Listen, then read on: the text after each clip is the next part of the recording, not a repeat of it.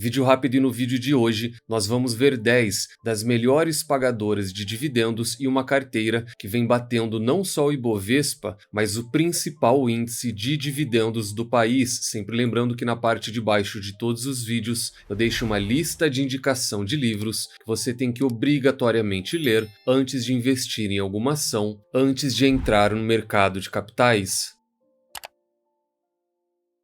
O mercado ele vive lotado de recomendações, na grande maioria, recomendações falhas e que acabam levando o investidor ao prejuízo. Mas hoje a gente vai ver a carteira do Banco do Brasil, que sempre é divulgada. Aqui a gente fala de uma informação pública. Eu vou deixar o link na descrição para facilitar para vocês. Nós vamos estudar e comentar sobre cada um desses ativos e só a nível de comparação, quando a gente olha o retorno, a rentabilidade da maioria dessas carteiras, elas a médio e a longo prazo, elas não batem o IDIV, que deve ser sempre a referência para quem busca uma carteira remunerada. Se você está buscando montar uma carteira que vá pagar bastante dividendos, o IDIV aqui no Brasil deve ser a sua referência. Nunca olhe para o retorno e para a rentabilidade do Ibovespa. E a carteira que a gente vai olhar hoje é a carteira do próprio Banco do Brasil. São todas empresas comuns com um bom histórico no mercado, e quando a gente olha o retorno que ela ofereceu, comparado ao IDIV, que tem uma performance muito superior ao Ibovespa, ela sempre vem trazendo uma performance bem superior em 2024 e em 2025. Até agora, ela tem um desempenho melhor, e quando a gente abre mais ainda esse horizonte, aí sim a gente vê uma grande diferença. Em 2025, até o mês de fevereiro, a carteira já rendeu quase 4% contra um retorno de só 0,6% do IDIV. Nos últimos 12 meses, ela rendeu quase 5% contra só 0,7% do IDIV. Nos últimos 2 anos, essa carteira rendeu mais de 40%, e no histórico mais longo, desde 2020, essa carteira do Banco do Brasil, ela continua batendo a nossa principal referência de dividendos. Então, empresa por empresa, uma a uma, qual é a expectativa deles? Eles trazem 10 empresas e na composição, elas todas têm o mesmo peso. Então, uma carteira simples, sem grandes diferenciações, são 10 ativos, o mesmo peso para cada um desses ativos, e tanto as empresas quanto os setores, eles são bastante confiáveis, começando pelo Bradesco, com dividend yield esperado próximo a 10% em 2025. O banco fechou dezembro de 2024 com dividend yield de 12%, a maior remuneração dos 4 bancões, e a tendência é de que ele mantenha esse payout e continue pagando muito bem nesse ano. No comentário rápido, a gente vai abrir cada uma dessas empresas para olhar os números e saber se elas realmente fazem sentido. Na segunda posição, a gente tem a CEMIG, uma empresa do setor de utilities, e eles esperam um dividend yield de 9,6%. Na minha opinião, eles estão sendo conservadores. A CEMIG ela deve pagar mais, mas a gente vai abrir a CEMIG, olhar os números dela, ver a remuneração atual, saber se ela consegue entregar mais ou não. Na terceira posição, a gente tem mais uma empresa elétrica, mais uma empresa de utilities, a CPFL, CPFE3, uma empresa que a gente estudou recentemente lá na nossa comunidade, com um dividend yield esperado de 8,4% para esse ano. Aqui, se a gente levar em consideração toda essa alta recente, o dividendo ele vai ficar mesmo de 8 a 9%, mas quem se aproveitou daquele momento de queda, com CPFL a R$ 33, R$ 34, essa pessoa vai se aproximar de 10% de remuneração para esse ano. Depois a gente tem a Direcional, mais uma empresa que a gente acabou de estudar também. Ela realmente vem distribuindo muito bem nos últimos 5 anos, mas o setor de atuação dela é um setor complicado. E aqui a gente talvez tenha o primeiro ponto de atenção para o investidor. Na sequência, a gente tem Transmissão Paulista, ISAE 3 e ISAE 4. A expectativa é de um dividendo de 7,5%. Depois a gente tem a Itaúsa, com uma expectativa de dividendos de 10% para esse ano, só que o dividend yield atual ele já supera essa casa de 2 dígitos. Então, a depender do preço, dá para ser até mais otimista no caso da Itaúsa e do próprio Banco Itaú. Depois a gente tem JBS, talvez junto com a Direcional, a empresa mais diferente de todas elas, setor alimentício, com dividend yield esperado de quase 9%. Aqui a gente também teria mais um ponto de atenção para o sócio. Depois a gente tem a Petrobras, a primeira empresa cíclica ligada a alguma commodity. Ela segue o barril do petróleo, referência para ela é o Brent, e o Banco do Brasil tem uma expectativa de 13% para esse ano. Aqui eles estão sendo conservadores, eles estão usando a faixa do meio, o mercado ele espera de 11% até 15% 4% para a Petrobras esse ano. Depois, na sequência, a gente tem a TIM, que pode trazer também a Vivo, as duas empresas do setor de telecom, um dividend yield esperado de 11% no caso da TIM e mais de 9% no caso da Vivo. No comentário rápido, eles estão sendo bem otimistas, nenhuma das duas empresas deve entregar uma remuneração desse tamanho. Só a nível de comparação, o próprio dividend yield atual das empresas, ele fica bem abaixo disso daqui. No caso da Vivo, por exemplo, ele é de apenas 4%. Comentar um pouco das principais empresas dessa lista, a gente tem o Bradesco, uma recente aquisição do Luiz Barsi, ele realmente está pagando um dividend yield atual bastante atrativo. O payout do banco, ele voltou a patamares altos nos últimos 2 anos. O Bradesco ele sempre distribuiu de 50% até 70%, ele pagou 65% referente ao resultado de 2024, uma distribuição que ficou acima do Banco do Brasil, por exemplo, e ele tem uma combinação de fatores que leva a esse dividend yield tão alto. Então o payout da empresa subiu e a cotação do Bradesco nos últimos 4 anos ela vem em quedas consecutivas. Quando a gente olha o PL da empresa, um valor atual de 7,3 vezes o lucro, ele fica bem abaixo de uma média acima de 10 vezes o lucro. E esse talvez seja o principal motivo do Barsi ter colocado ele em carteira. O banco está desvalorizado, enquanto os resultados dele apresentam uma pequena melhora e o payout dele também cresceu nos últimos anos. Na segunda posição da lista, a gente tem a CEMIG, que eu sempre comento tanto na série de vídeos que a gente fez em busca da carteira de dividendos perfeita, como todo vídeo que eu faço de análise fundamentalista da empresa. Um investidor que busca uma carteira previdenciária, uma carteira remunerada que possa pagar bastante dividendos, a CEMIG ela sempre tem que estar nessa conversa. Uma empresa que ao longo de mais de uma década paga de maneira recorrente uma média de 11,3% apenas em dividendos, sem contar todo o restante, recompra, bonificação e a própria valorização da cotação, é quase impossível, depois de estudar ela, deixar uma empresa assim de fora, além do que ela sempre foi uma empresa barata, bastante descontada, apesar de estatal, uma dívida muito equilibrada, um crescimento de resultado também alto. A empresa tem a grande maioria de pontos positivos, mas uma coisa que o mercado não gosta, que as pessoas costumam comentar, é sobre a demora no pagamento dela. Então, apesar de uma alta remuneração, ela não tem um ciclo rápido de pagamento. A gente teve Datacom no final de dezembro, por exemplo, e tem data de pagamento para o mês 6 desse ano e tem outra programação para o final de 2025. Então aqui a gente tem uma espera de 1 ano para esse recebimento. Só que eu sempre costumo focar no ponto positivo de toda a empresa, porque isso é facilmente consertado através de um portfólio muito bem montado. Aquele investidor que tem Banco do Brasil e mais meia dúzia de empresas que pagam com uma alta frequência, todas elas vão compensar essa demora da CEMIG e ainda assim o sócio vai levar para casa talvez a maior pagadora de dividendos de todo o índice Bovespa. Na sequência, a gente tem a CPFL, mais uma empresa do setor de utilities, que é destaque nessa temporada de balanços, enquanto todo o setor trouxe resultados mistos, a grande maioria das empresas trouxe até queda no lucro líquido. Ela que é controlada pela State Grid, uma empresa chinesa e a maior empresa de energia elétrica do mundo, ela trouxe uma melhora de quase 20% no lucro líquido e ainda anunciou um grande pagamento de dividendos que ele está aberto, dá tempo de fazer parte e receber esse dividendo. A notícia negativa é de que desde a divulgação do balanço e do dividendo, a empresa disparou quase 10% e atingiu a máxima histórica da companhia. Aquele grande gap que existia da cotação frente ao lucro, que não para de crescer, ele diminuiu bastante, ainda tem um pouco, mas a margem ela já não é tão grande assim comparado àquele preço recente de R$ 33.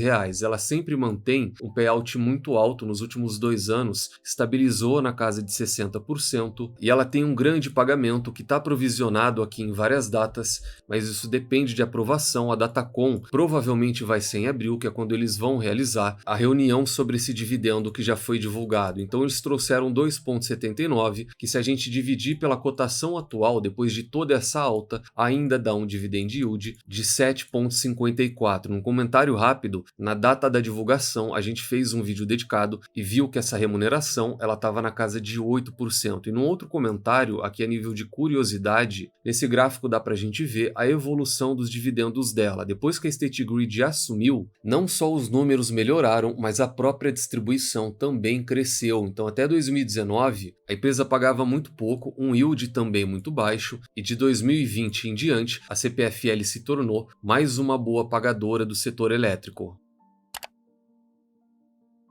Fora isso, a gente tem Transmissão Paulista, com um dividend yield atual acima de 10%, um PL também bastante descontado e um preço sobre o valor patrimonial muito abaixo da média histórica. Ela também é uma excelente pagadora de dividendos, quase 8% de média, aqui a gente fala de dividendo recorrente, e no longo prazo também todo o retorno que a empresa trouxe. É muito difícil duvidar de Transmissão Paulista no longo prazo, mas num comentário rápido, não esperem que essa remuneração acima de 10% ela se mantenha. Pessoalmente, eu tenho expectativa de um dividendo de 8% por conta de todo o ciclo da empresa, uma alavancagem maior, investimentos também maiores, ela tem muitos projetos para tocar, ela precisa recuperar uma receita que ela já sabe que ela vai perder, mas tanto ela quanto Taesa, a gente pode trazer a Engie também, todas elas estão num ciclo de investimentos, já anunciaram um corte nos dividendos, só que ainda assim vão ser boas pagadoras, elas não vão pagar um baixo dividendo para quem é sócio. Na sequência, a gente tem a Itaúsa, com um dividend yield atual de quase 11%, um PL muito baixo, de 7 vezes o lucro, e essa combinação de queda na cotação e alta na distribuição é o que tornam tanto a Itaúsa quanto o Itaú opções muito interessantes desde o ano passado. Então a gente vê que o ciclo de pagamentos, ele alterna bastante no caso da Itaúsa, o próprio ciclo de payout do Itaú, ele é bastante oscilante, só que ele tem se tornado estável nos últimos 2 anos, e a tendência é que para 2025 esses dividendos extraordinários eles ainda continuem, a gente deve ter alguma mudança só em 2026. Então quando a gente olha o payout da Itaúsa, ela que tinha cortado ali em 2021, no comentário rápido, a gestão da empresa fez isso para lidar com a alavancagem da empresa, então eles cumpriram essa tarefa com sucesso e agora estão distribuindo tudo que o Itaú distribui. O payout atual ele está na casa de 70% de todo o lucro, e o preço sobre lucro, que atualmente está na casa de 7 vezes, ele também fica abaixo de uma média histórica de mais de 8 vezes o lucro. Outra empresa é a Petrobras, maior dividend yield esperado de toda essa lista. Num comentário rápido, não esperem que esse dividend yield atual de 22% se repita agora em 2025, o mercado espera no máximo 15%. A empresa vive um ciclo de baixa, se a gente pegar a distribuição desde 2022, ela não para de cair ano após ano, mas se o petróleo ele continuar nesse mesmo patamar, dá para o sócio se manter otimista e ainda esperar algo na faixa superior. 15% é um dividendo que a Petrobras tem plena condição de entregar para quem é sócio. E um outro comentário, agora referente a uma preocupação recente, muita gente está ansiosa com toda essa queda em 2025, mas eu gosto sempre de trazer esse gráfico que mostra a queda frente aos últimos picos, e a queda atual ela é de apenas 7%. Então a gente fala de uma grande companhia, uma empresa comoditizada de comportamento cíclico, que tem grandes oscilações. Em 2016, a Petrobras caiu 90%, então olha só o tamanho do prejuízo da variação do patrimônio, e o momento atual ele não está nem próximo disso, então dá para controlar um pouco os ânimos, dá para entender que ela vive um momento de estabilidade. Uma queda de 7% não é para preocupar quem é sócio, ainda mais se a gente expandir todo o horizonte da empresa. Se a gente pega lá de trás, a Petrobras já retornou mais de 21.300% para quem é sócio. Quem alocou R$1.000 na empresa transformou apenas esses 1.000 em mais de R$214.000. Então será que valeu a pena permanecer em uma empresa cíclica, independente dos maus momentos? Ela é uma boa pagadora de proventos, e o único comentário que eu sempre faço no caso dela, ela por hora distribui muito e por alguns momentos tem grandes lacunas. Empresas que possuem lacunas são um ponto de atenção para quem é sócio.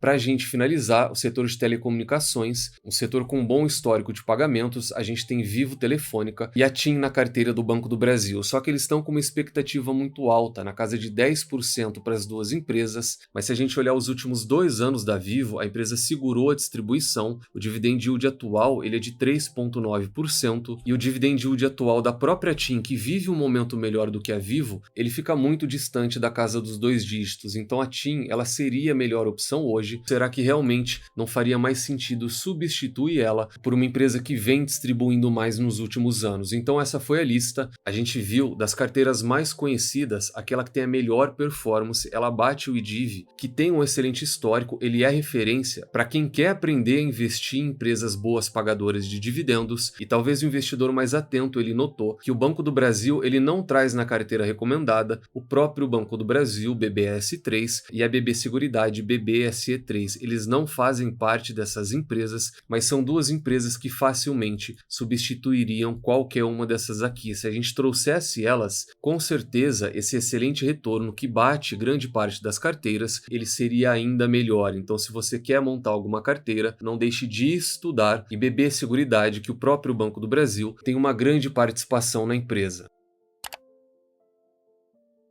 Uma dica pessoal para você que está construindo uma carteira e busca boas pagadoras de dividendos, eu costumo trazer que setores eles são importantes, mas as ações elas são mais ainda. Não adianta olhar para o setor de telecom, que tem um bom histórico de dividendos repetidamente. Essas empresas estão na carteira recomendada, mas ainda assim é fundamental o sócio estudar empresa por empresa daquele setor. Não adianta ele selecionar uma empresa ruim dentro de um setor promissor, ainda assim ele não vai ter um bom retorno. E toda boa pagadora de dividendos, ela tem equilíbrio nesse pagamento, ela não pode distribuir tudo aquilo que ela lucra, ela tem que equilibrar um bom lucro, uma boa distribuição desse lucro e ainda assim um alto dividend yield combinado a uma boa frequência de dividendos. É só isso que vai tornar aquela distribuição sustentável. Não adianta ter uma empresa que pague 10, 15% em um ano e no próximo ano, como ela ficou sem dinheiro nenhum, ela te deixar na mão e não conseguir remunerar o sócio.